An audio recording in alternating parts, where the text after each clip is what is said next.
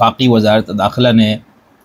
جو پاکستان میں دہشت گرد اور کل عدم تنظیموں کی جو نئی لسٹ جاری کی ہے، اب پاکستان میں اس تنظیم کو کل عدم تصور کیا جائے گا کہ جب بھی ہم کسی نظریہ، عقیدہ، ازم، فقہ، مسلک، مذہب پر بات کرتے ہیں تو ہم اس میں کوشش یہ کرتے ہیں کہ ہو سکتا ہے آپ کہیں کہ نہیں یہ تو اس کا جھکاؤ ہے۔ ایک تو یہ کہ یہ واقعی ایک دین، مذہب کے نام پر اور مقامات مقدسہ کے دفاع پہ ہی حفاظت محض یہ نعرہ تھا اور حقیقت میں کچھ اور ہے۔ تو جو شدید مخالفین ہیں انہوں نے اس کو کیا کور دیا، اور قاسم سلیمانی صاحب کا بھی ذکر آئے گا تو وہ آپ دیکھیں گے کہ کس طرح سے وہ ہے۔ سب سے پہلے میں آپ کے سامنے ایک بہت معروف ملک کے نامور صحافی، انویسٹیگیٹو جرنلسٹ، انہوں نے وہی زبان یا وہی لب و لہجہ رکھا جو اس حوالے سے جو شدید مخالفین کا انداز یا ان کا لب و لہجہ ہے، جس کے اندر انہوں نے یہ جو تنخواہ کی، مراعات کی، یہ سب بات کی، تو ظاہر سی بات ہے یہ باقی لوگ بھی کرتے، صرف انہوں نے نہیں کی۔ بِأَمْرِ خامنائی منح جنسیت ایران لارہابی، شام میں لڑنے والے دہشت گردوں۔ سلام اور آداب، امید ہے آپ سب خیریت سے ہوں گے۔ آج ہم ایک نئے موضوع کے ساتھ آپ کی خدمت میں حاضر ہوئے ہیں۔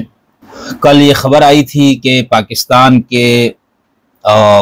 وزارت داخلہ نے، وفاقی وزارت داخلہ نے جو پاکستان میں دہشت گرد اور کل عدم تنظیموں کی جو نئی لسٹ جاری کی ہے، تو اس میں ایک نئی تنظیم کا اضافہ ہوا ہے اور اس تنظیم کا نام جو ہے وہ زینبیون بریگیڈ ہے، اور اس میں یہ بتایا گیا کہ اب پاکستان میں اس تنظیم کو کل عدم تصور کیا جائے گا۔ تو میں نے ضروری سمجھا کہ اس حوالے سے کچھ گفتگو آپ کے سامنے پیش کروں، اور گفتگو تھوڑی سی طویل ہوگی کیونکہ ہمارا جو طریقہ کار ہے وہ یہ کہ جب بھی ہم کسی نظریہ، عقیدہ، ازم، فقہ، مسلک، مذہب پر بات کرتے ہیں تو ہم اس میں کوشش یہ کرتے ہیں کہ ان تمام اس کی جہات کو کور کریں اور بالکل معروضی اور غیر جانبدارانہ انداز کو اختیار کرتے ہوئے اس سے متعلق جتنے بھی خیالات ہیں اس کی حمایت میں بولنے والے، لکھنے والے، اس کے خلاف، اور جو اعتدال پسند یعنی جو محض تجزیہ اور تبصرہ کرتے ہیں اور ان کا جھکاؤ کسی طرف نہیں ہوتا، ہمارے خیال میں ہو سکتا ہے آپ کہیں کہ نہیں یہ تو اس کا جھکاؤ ہے، تو ان سب کو ہم پیش کرنے کی کوشش کرتے ہیں۔ تو اس لیے ہماری گفتگو تھوڑی طویل ہوتی ہے، لیکن امید ہے انشاءاللہ آپ اس کو مفید پائیں گے۔ تو ہم پہلے تو ہم اس پہ تھوڑا سا دیکھیں گے کہ یہ جو پابندی کا فیصلہ ہوا، جو نوٹیفیکیشن جاری ہوا، تو اس میں کیا لکھا گیا تھا، کس بنیاد پہ، اور اسی کے ضمن میں پھر ہم تھوڑی سی اس کی تاریخ آپ کو بتائیں گے، اور پھر اس کے بعد اس تنظیم کے حوالے سے جو دو نظریات بنیادی طور پر پائے جاتے ہیں ان دو نظریات پر بات کریں گے۔ ایک تو یہ کہ یہ واقعی ایک دین، مذہب کے نام پر اور مقامات مقدسہ کے دفاع پہ ہی وجود میں آنے والی تنظیم ہے، یعنی یہ پاکستانی جو نوجوان اس میں شامل ہوئے وہ زینبیون کے نام سے وہ اس کو نام دیا گیا، اور افغانستان سے جو لوگ شامل ہوئے اس کو فاطمیون کا نام دیا گیا، اور عراق سے بھی ایک دو تنظیمیں اس حوالے سے سامنے آئی ہے۔ تو اس حوالے سے ہم دیکھیں گے کہ اس میں ایک نظریہ یہ، دوسرا یہ کہ نہیں یہ صرف مذہب کو بطور کارڈ اس کا استعمال کیا گیا ہے، حقیقت میں یہ ایران کی پراکسی وار کے لیے جو اس نے مڈل ایسٹ میں خاص طور پر مختلف تنظیموں کو کی سرپرستی ایران کرتا ہے، یہ اسی طرح کی ایک تنظیم ہے، اور مقامات مقدسہ کی حفاظت محض یہ نعرہ تھا اور حقیقت میں کچھ اور ہے۔ تو یہ دو بنیادی نظریات پہ ہم تھوڑی بات کریں گے، اور اس میں اس کے ساتھ ہی پھر ہم یہ دیکھیں گے کہ جو اس تنظیم کی حمایت کرنے والے یا جو اس کے حامی لوگ ہیں، جو اس کی مسلک کی بنیاد پہ حمایت کرتے ہیں خاص طور پر یا مذہبی نقطۂ نظر سے، وہ اس تنظیم کو کس طرح دیکھتے ہیں، ان کے لیے یہ تنظیم کس قدر اہم ہے، قابل فخر ہے، یہ دیکھیں گے باقاعدہ حوالوں کے ساتھ۔ اور پھر اس کے ساتھ ہی ہم یہ دیکھیں گے کہ جو یعنی اس کے جو شدید مخالفین ہیں انہوں نے اس کو کیا کور دیا، ٹھیک ہے۔ اور اس کے ساتھ ہی ہم تھوڑی سی گفتگو اس میں رہبر خامنائی صاحب کا بھی ذکر آئے گا، اور ان کا بھی آئے گا، اور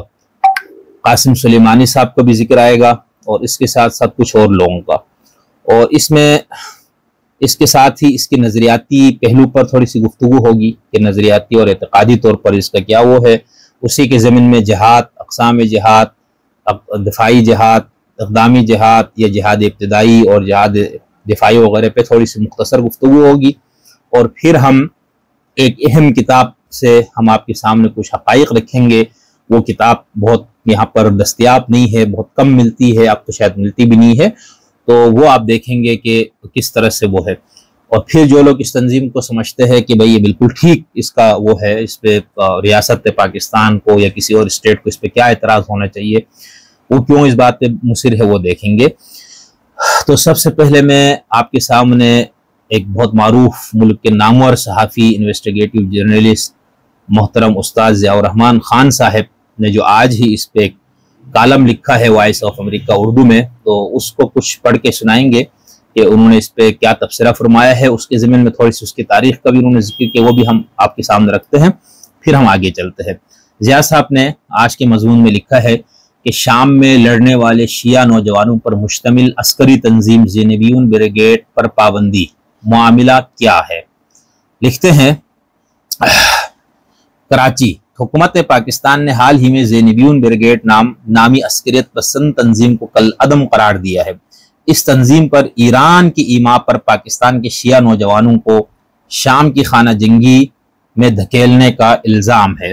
زینبیون بریگیڈ پاکستان نے فرقہ وارانہ دہشت گردی کی کارروائیوں میں ملوث ہونے کے الزامات بھی لگتے رہے ہیں۔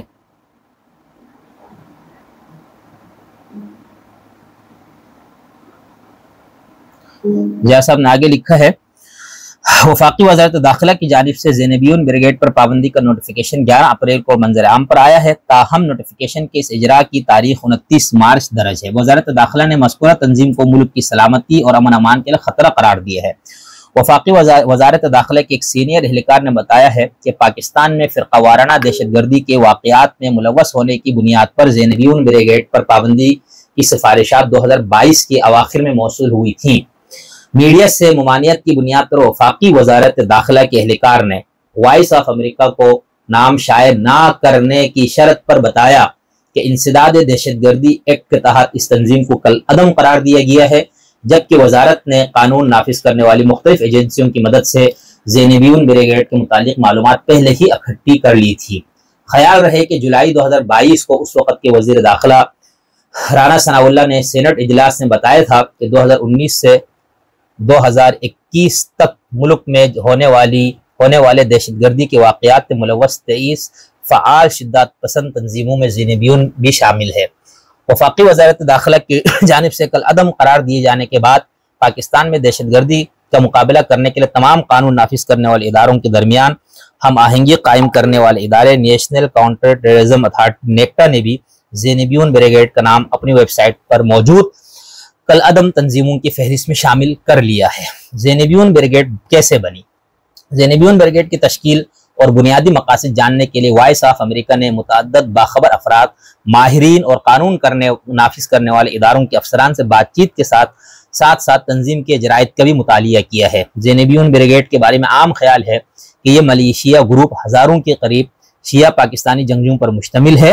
جو شام میں ایران کے اتحادی صدر بشار الاسد کی جانب سے داعش سمیت باغیوں سے برسر پیکار رہا۔ البتہ زینبیون کے حامیوں کا کہنا ہے کہ تنظیم کا مقصد شام میں شیعہ مقدس مقامات کا تحفظ تھا، جنہیں عالمی شدت پسند تنظیم دولت اسلامیہ کے شدت پسندوں سے خطرہ تھا۔ واضح رہے کہ 2011 میں شام کی صدر بشار الاسد کے خلاف حکومت مخالف مظاہروں کا نہ رکنے والا سلسلہ مسلح خانہ جنگی کی صورت اختیار کر گیا تھا، جبکہ 2013 میں خطے میں وجود میں آنے والی شدت پسند تنظیم داعش نے عراق اور شام کے ایک بڑے حصے پر قبضہ کر کے اپنی خلافت قائم کرنے کا اعلان کر دیا تھا۔ ایسی صورتحال میں ایران اور روس نے بشار کے حق میں حالات کو بدلنے میں فیصلہ کن ادا کرتے ہوئے باغیوں اور جہادیوں کے خلاف کارروائیوں میں شام کی حکومت کے ساتھ دینا شروع کیا۔ پاکستان میں شدت پسند تنظیموں کا مطالعہ کرنے والے شبیر حسین توری کے مطابق شام میں خانہ جنگی اور باغیوں کی جانب سے شیعہ مقدس مقامات پر حملوں کے بعد ان کی حفاظت کے لیے ایران کی وہاں پر پاکستان اور افغانستان سمیت مختلف ممالک سے شیعہ نوجوانوں کو بھرتی کیے جانے کا عمل شروع ہوا۔ اس سلسلے میں افغانستان کی سطح پر فاطمیون بریگیڈ جبکہ پاکستان کی سطح پر زینبیون نامی تنظیم تشکیل دی گئی۔ جنوری 2019 میں امریکہ کی وزارت خزانہ نے ایرانی حکومت کی جانب سے دہشت گردی اور بدامنی برآمد کیے جانے کے لیے استعمال ہونے والے غیر قانونی نیٹ ورک کو بند کرنے کی کاوشوں کے طور پر دونوں تنظیموں پر پابندی عائد کر دی تھی۔ ٹھیک ہے، ایک تو یہ، پھر اس کے بعد آگے جہاں صاحب نے آگے چل کے لکھا ہے کہ پاکستان میں کافی عرصے تک خاموشی، یعنی یہ کیا ہوا کہ اتنا عرصے سے یہ 2012-13 سے چل رہا تھا سلسلہ اور اب جا کے تو اس کو لکھتا ہے کہ پاکستان میں زینبیون کی موجودگی اور پاکستانی نوجوانوں کو شام کی لڑائی کے لیے بھیجے جانے کے حوالے سے حکومت اور شیعہ تنظیموں کی سطح پر کافی عرصے تک خاموشی رہی۔ البتہ 2017 میں کراچی سے قانون نافذ کرنے والے اداروں کی جانب سے شام کی لڑائی سے واپس آنے والے شیعہ نوجوانوں کی گرفتاریوں اور جبری گمشدگیوں کے واقعات کے بعد ملک میں زینبیون بریگیڈ کی موجودگی کا پتہ چلا۔ شام میں لڑنے والے جنگجوؤں کی رہائی کے لیے کراچی کی سطح پر voice for Shia missing persons کے پلیٹ فارم سے شیعہ تنظیموں نے مہم چلائی، جو شروع میں ان نوجوانوں کے لیے زینبیون شام کی لڑائی سے ان نوجوانوں کے تعلق کی سختی سے تردید کرتے تھے۔ شیعہ تنظیموں کا موقف تھا کہ شیعہ نوجوانوں کو عراق اور ایران کی زیارتوں سے واپسی پر غائب کیا گیا۔ ایک لاپتہ شیعہ نوجوان کے بھائی ذاکر حسین نے وائس آف امریکہ کو انٹرویو میں کہا تھا کہ 1980 سے لے کر اب تک افغانستان میں جہاد کے نام پر ہزاروں سنی پاکستانی نوجوان لڑنے گئے مگر انہیں کسی نے شدت پسند یا مجرم قرار نہیں دیا،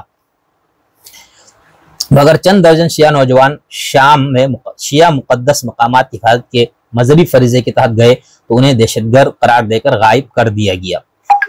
اسلام آباد میں قائم پاک انسٹیٹیوٹ فار پیس اسٹڈیز کے سربراہ عامر رانا کہتے ہیں کہ زینبیون بریگیڈ پر حالیہ پابندی کو عالمی سیاست خصوصاً مشرق وسطیٰ کے تنازع کے تناظر میں دیکھنے کی ضرورت ہے۔ وائس آف امریکہ سے بات کرتے انہوں نے کہا کہ 2021 میں ہی زینبیون پر پابندی عائد کرنے کے لیے پاکستان کے پاس کافی شواہد تھے،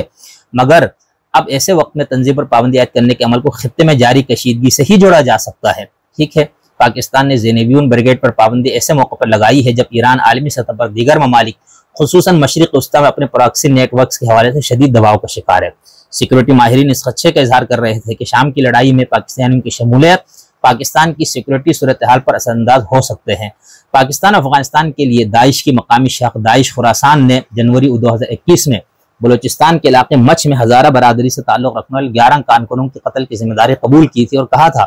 کہ یہ حملہ پاکستانی شیعہ نوجوانوں کی شام میں زینبیون اور فاطمیون کی ملیشیاؤں میں شمولیت کے بدلے میں کیا گیا ہے۔ اس طرح 2017 میں لشکر جنگجوی عالمی نے ایک فرقہ وارانہ شدت پسند تنظیم پارا چنار میں سبزی منڈی میں خودکش حملے کی ذمہ داری قبول کرتے ہوئے کہا تھا کہ یہ حملہ بشار کی حمایت کرنے پر پاکستانی شیعہ کمیونٹی کو سبق سکھانے کے لیے کیا گیا ہے۔ یہ بہت اہم ہے جو محترم ضیاء صاحب لکھ رہے ہیں، اور ضیاء صاحب میں آپ کو بتا دوں یہ فکری اور نظریاتی طور پر ان میں سے کسی کی طرف جھکاؤ نہیں رکھتے، ہم ان کو ذاتی طور پر جانتے ہیں، اور وہ اس طرح یعنی شیعہ سنی شیعوں سے وابستہ تنظیمیں سنیوں وہ ایک بالکل خالص ایک جو صحافی ہوتا ہے نا، جو جن کا کوئی کسی نظریے کے ساتھ وابستگی نہیں ہوتی ہے، اس کی تبلیغ ان کا مشن نہیں، یہ ان کی تحریر میں نے اس لیے اس کا انتخاب کیا ہے کہ میں ان کو ذاتی طور پر جانتا ہوں، میری شناسائی ہے، میرے سے بہت اچھا ان کا تعلق ہے، تو میں نے یہ سوچا کہ بھائی کسی ایسے بندے ہی کو اس موضوع پر مجھے آپ کے سامنے رکھنا چاہیے جو اس کے تمام جہات کو بھی دیکھیں اور غیر جانبداری سے جو کچھ ہے وہ بیان کریں۔ تو یہ اس میں یہ دو تین چیزیں بہت اہم ہے، خاص طور پاکستان کے تناظر میں ہمارے یہاں پر اہل تشیع کے ساتھ جو داعش خاص طور پر اور لشکر جنگی یہ لوگ جس انداز سے اس وقت ان پہ حملے اور یہ جو کچھ عرصے سے تو اس کے اندر ایک چیز وہ یہ بھی ایک بہانہ بناتے ہیں۔ آگے انہوں نے لکھا ہے کہ پارا چنار خودکش حملے میں شیعہ کمیونٹی سے تعلق رکھنے والے 25 سے زائد افراد ہلاک ہوئے تھے۔ پاکستانی قانون نافذ کرنے والے اداروں کو خدشہ ہے کہ زینبیون کے پاکستان واپس آنے والے ارکان ملک میں فرقہ وارانہ تشدد کی نئی لہر کو جنم دے سکتے ہیں۔ آگے میں ان کی حامیوں کا مکمل حامیوں کو یہ بتاؤں گا تو آپ کو اندازہ ہوگا کہ ان الزامات یا اس قسم کے خدشات سے متعلق ان کا کیا کہنا ہے۔ یہاں پر بہرحال یہ ایک صحافی کے اس کے حساب سے میں پڑھ رہا ہوں۔ حالیہ سالوں میں سندھ پولیس خصوصاً کاؤنٹر ٹیررزم ڈپارٹمنٹ نے دہشت گردی کے واقعات میں زینبیون سے وابستہ ملزمان کو گرفتار کرنے کا دعویٰ کیا ہے۔ یہ ذہن میں رکھنا ہے اس کو، اور یہ ساری خبریں اخباروں میں اور میڈیا پہ خبریں آ چکی ہے پہلے۔ آگے ہم جب بات ایک دو مضامین پڑھیں گے تو اس میں آپ کو اس چیزوں کی تردید بھی نظر آئے گی۔ سندھ کے سی ٹی ڈی کی ریڈ بک کے تازہ ترین شمارے میں مطلوب دہشت گرد ملزمان کی ایک فہرست میں زینبیون کے 4 عسکریت پسندوں کے نام شامل کیے گئے ہیں۔ رواں برس جنوری میں سی ٹی ڈی سندھ نے 2019 میں مذہبی اسکالر مفتی تقی عثمانی پر ہونے والے قاتلانہ حملے میں دشمن انٹیلیجنس ایجنسی کے لیے کام کرنے والے اور زینبیون بریگیڈ سے منسلک اہم عسکریت پسند کو کراچی سے گرفتار کرنے کا دعویٰ کیا تھا۔ حکومت پاکستان زینبیون بریگیڈ سے قبل 2 غیر معروف تنظیموں کو پاکستانی نوجوانوں کو لڑنے کے لیے بیرون ملک خصوصاً شام بھیجنے کے الزامات کے تحت پابندی عائد کر چکی ہے۔ ان تنظیموں میں انصار الحسین نامی تنظیم پر دسمبر 2016 اور خاتم الانبیاء نامی تنظیم پر اگست 2020 میں پابندی عائد کی گئی تھی۔ یہ بھی بہت اہم ہے کیونکہ یہ چیزیں بھی لوگوں کی نظر میں نہیں ہے۔ پاکستان کی وفاقی وزارت داخلہ کی جانب سے زینبیون پر پابندی عائد کرنے کے بعد ملک میں کل عدم قرار دی جانے تنظیموں کی تعداد 79 ہو گئی ہے۔ سابق فوجی صدر جنرل پرویز مشرف کے دور میں اگست 2001 میں پاکستان کی وزارت داخلہ نے پہلی بار لشکر جنگی اور سپاہی محمد پاکستانی نامی تنظیموں پر فرقہ وارانہ دہشت گردی میں ملوث ہونے کے الزام پر پابندی عائد کی تھی۔ ٹھیک ہے، تو یہ آگے ایک پیراگراف ہے۔ پاکستان میں اب تک کل عدم قرار دی جانے والی تنظیموں میں فرقہ وارانہ و علیحدگی پسند تنظیمیں، بھارت کے زیر انتظام کشمیر فعال جہادی گروہ، طالبان کے دھڑے، عالمی تنظیموں، القاعدہ، داعش اور ان سے منسلک تنظیمیں، طلبہ گروہ اور جرائم پیشہ گینگ فلاحی اداروں سے وابستہ تنظیمیں ہیں۔ تو یہ ہے محترم ضیاء الرحمن صاحب، یہاں پر ان کا تعارف بھی میں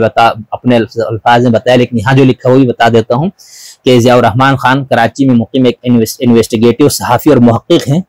جو پاکستان کی سیکورٹی معاملات، سیاست، مذہب اور انسانی حقوق کی موضوعات پر لکھتے ہیں اور کیا ہی خوب لکھتے ہیں ماشاءاللہ سے۔ تو یہ ضیاء صاحب، میں نے اس لیے ان کا سب سے پہلا جو انتخاب ان کا یوں کیا تاکہ یہ سامنے آ جائے کہ ضیاء صاحب جو ہے وہ ایک غیر جانبدار صحافی ہونے کے ناطے کس طرح سے انہوں نے ان چیزوں کو دیا اور پورے تاریخی تناظر، واقعات، پس منظر، پیش منظر سب کو اس میں سمیٹ دیا ہے۔ اچھا، دوسرا ہم اس حوالے سے شدید حامیوں سے پہلے ہم جو اس کو کسی اور نظر چشمے سے دیکھتے ان میں سے ہم 1-2 کو یہاں پر آپ کے سامنے رکھتے ہیں۔ ہمارے ہاں جو لوگ ایران مخالف لوگ ہیں، ہمارے ہاں سے مراد یعنی دنیا میں جیسے عرب دنیا، پاکستان، انڈیا، افغانستان، یہ وہ لوگ، اور دوسرا جو بطور مسلک شیعوں سے بہت زیادہ شدید اختلاف اور نفرت رکھتے ہیں۔ اب یہ دو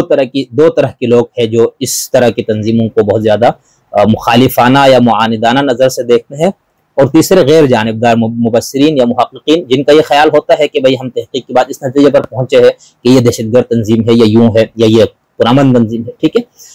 تو اب اس میں جو بالکل مخالفین ہے ان کا یہ نقطہ نظر ہے، یہ الجزیرہ میں، العربیہ نیوز وغیرہ، اس میں عربی کے کچھ مضامین کو دیکھنے کا مجھے موقع ملا، تو اس میں یہی نظر آیا کہ بھئی ان میں سے اکثر لوگوں کا یا بہت سوں کا یہ خیال ہے کہ یہ جو زینبیون ہے یہ در حقیقت اس کا تعلق جو ہے یہ یعنی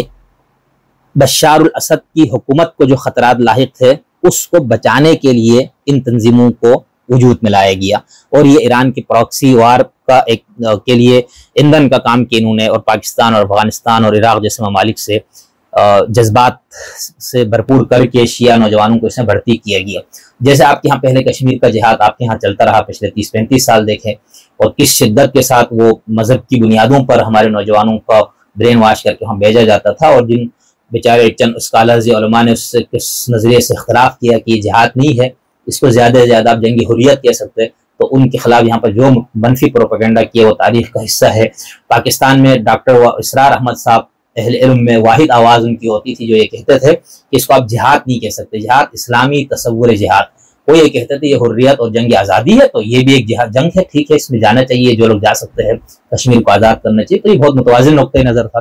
انڈیا کے مولانا وحید الدین خان صاحب مرحوم تھے، جو بالکل جب آپ کہہ سکتے وہ انڈیا میں تھے، وہ فلانا تھے، لیکن وہ ایک علمی آدمی تھے، جس بات کو وہ تحقیق کی بات اپنی اس سے سچ سمجھتے تھے اس کو ببانگ دل اظہار کرتے تھے۔ انہی خیالات کی وجہ سے پاکستان میں ان کی کتابوں پر پابندی بھی عائد رہی۔ تو کہنے کا مطلب یہ ہے کہ ایسے لوگ تھے، ٹھیک ہے، جب آپ کے ہاں جہاد کشمیر کا پورا پروجیکٹ تھا، اور پھر جب ایک ڈکٹیٹر نے آ کے ملک کے اوپر اپنے طاقت کے بلبوتے پر، بوٹ کے بلبوتے پر قبضہ کیا، وہ قبضہ تو پہلے ہی ان کا ہوتا ہے لیکن باضابطہ قبضہ، تو اس کے اندر آپ دیکھیں جب اس نے یو ٹرن لیا اس سے، تو اس میں پھر جو بالکل بیچارے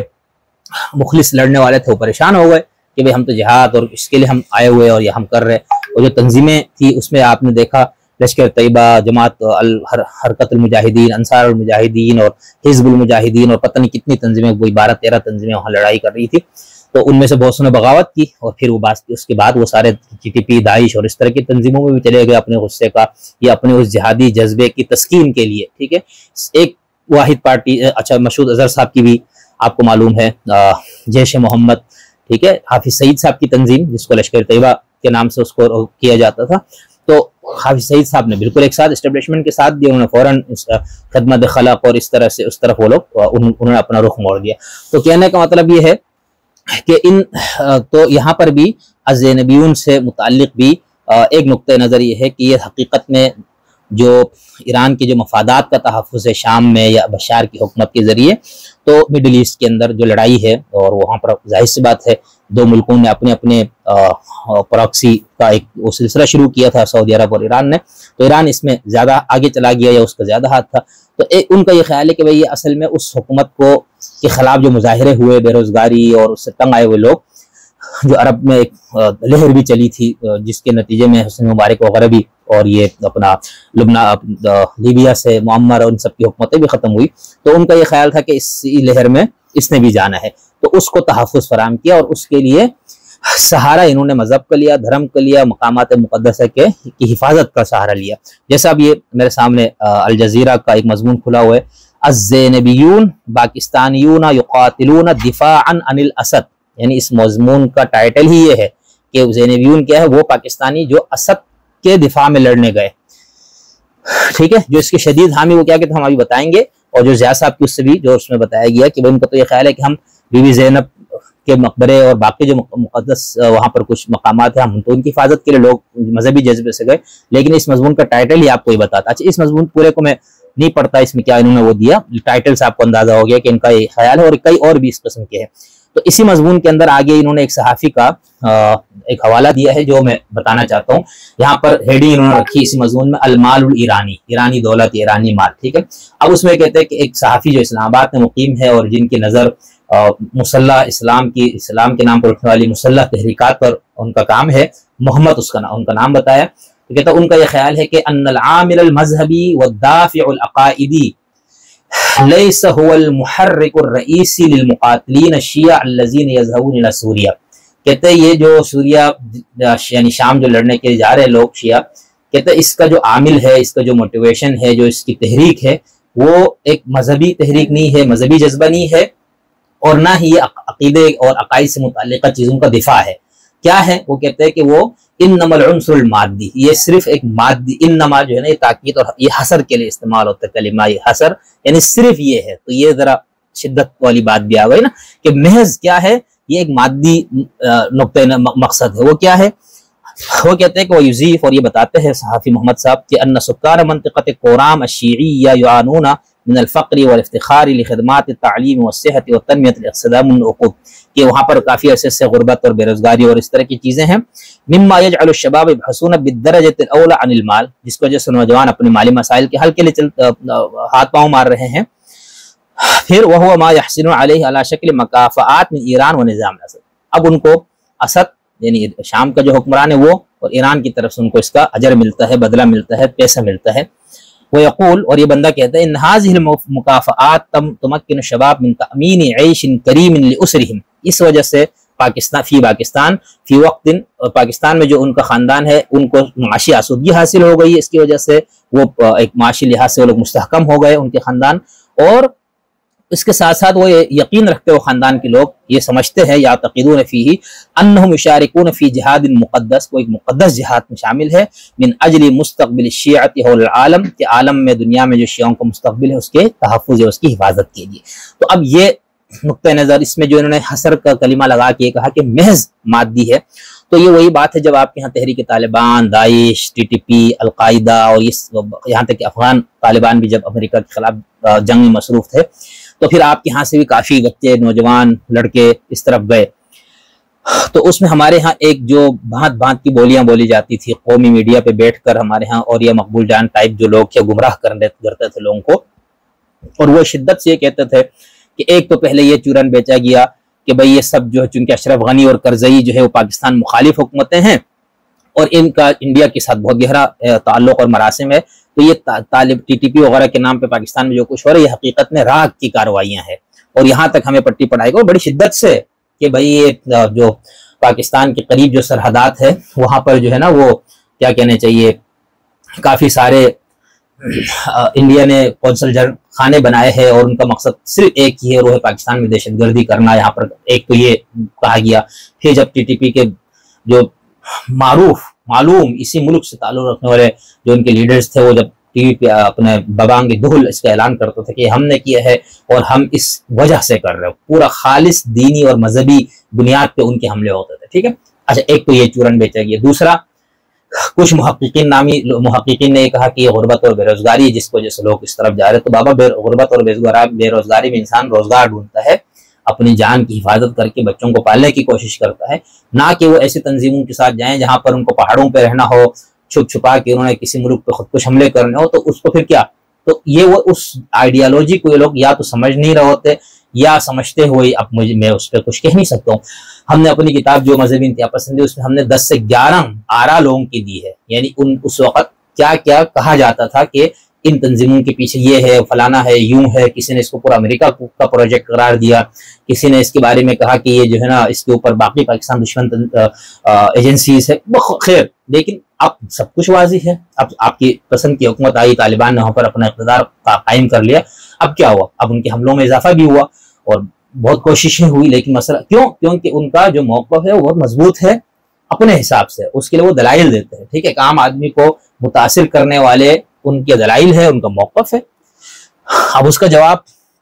دیں آپ لوگ. ٹھیک ہے. پیغام پاکستان دیا گیا، پھر اس کا جو 200-250 صفحے پر مشتمل جواب اور مسلسل ابھی تک اس کا جواب لکھا جا رہا ہے. ہم نے اپنے حالیہ آنے والے کتاب میں اس پورے پر ہم نے گفتگو کی ہے کہ TTP کا، داعش کا، القاعدہ کا، خاص طور پر TTP کا بیانیہ کیا ہے، پیغام پاکستان کیا ہے، اور پھر پیغام پاکستان کے جواب میں TTP نے پھر اس کا جو جواب لکھا خود کا حملہ کر کے وہ کیا ہے. تو خیر کہنے کا تھا یہ چیز. اب ان صاحب کا بھی، محمد صاحب جن کا اس الجزیرہ میں حوالہ دیا گیا، ان کا بھی یہ کہنا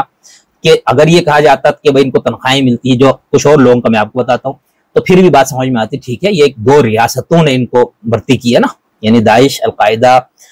یا TTP، ان کی پیچھے تو کوئی اسٹیٹ نہیں ہے، کوئی ریاست نہیں تھی، کسی ریاست کی چھتری تلے انہوں نے کام نہیں کیا تھا. تو ان کو لیے تو کوئی ایسا نہیں تھا کہ یہ لوٹ مار کر کے اپنے مال غنیمت کے نام پہ جو کچھ ان کو ملے اس پہ، یا پھر یہ لوگوں کے چندوں سے.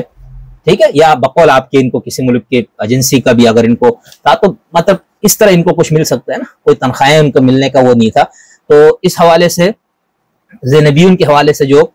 یہ ثانوی طور پر ہم کہہ سکتے تھے کہ بھائی اصل مقصد تو یہی دینی ہے، مذہبی ہے. ٹھیک ہے. اب میں آپ کو پڑھ کے جب سناؤں گا نا اس کے حامیوں نے جس انداز سے اس کو بیان کیا تو آپ کا بھی ایمان جوش بھرے گا اور آپ بھی کہیں گے یار مجھے بھی جانا چاہیے. تو کہنے کا مطلب ہے کہ یہ ہے مذہبی بنیاد. انسان اس قدر مشقتوں کے ساتھ سفر کر کے جائے اور محض اس پہ کہ ہم نے لڑنے کے لیے جانے، اور جب آپ لڑنے جائیں گے اور وہاں پر جس قسم کا ماحول بنا ہوا تھا جس وقت یہ لوگ جا رہے تھے اس میں آپ کی جان بچنے کا بہت کم چانس یا امید ہوتی تھی. تو اس میں جو لوگ جاتے ہیں وہ اسی دینی جذبے سے جاتے ہیں. اس کے بعد جو ان کو تنخواہ، کوئی مراد، کوئی چیزیں ملتی تو ایک الگ چیز ہے. تو یہ میں نے سوچا کہ آپ کو یہ بتا دوں. ایک تو اس مضمون کا میں نے آپ کو تعارف کروایا، اور دوسرا یہ. اچھا اب اس حوالے سے ہمارے ہاں جو بات یہاں پر ایک تو یہ کہ اسی مضمون میں یہ بات کی گئی، اور دوسرا جو ہے ہمارے ہاں بہت سے لوگ یہ بات کرتے بھی ہیں. میں یہاں پر آپ کو ایک معروف صحافی ہے محترم رضوان رضی صاحب، غالباً ان کا نام ہے، جن کو رضی دادا کہا جاتا ہے، وہ اپنے آپ کو بھی رضی دادا کہتے ہیں. تو انہوں نے آج ہی اس پہ گفتگو کی. میں اس کا کچھ حصہ آپ کو سناتا ہوں اور پھر اس کے بعد ہم بات آگے بڑھاتے ہیں. یہ سنیں آپ ان کو رضی دادا صاحب کیا فرما رہے. دہشت گرد تنظیم ہے. اس نے فرقہ وارانہ کلنگ کے اندر، دہشت گردی کے اندر بہت نام کمایا ہے. اور روضہ زینب بی بی رضی اللہ تعالیٰ عنہ کی حفاظت کے نام کے اوپر بارہ چنار اور تری مینگل، بارہ چنار، ان علاقوں کے اندر سے جو ہے وہ اہل تشیع بچوں کو بھرتی کیا گیا.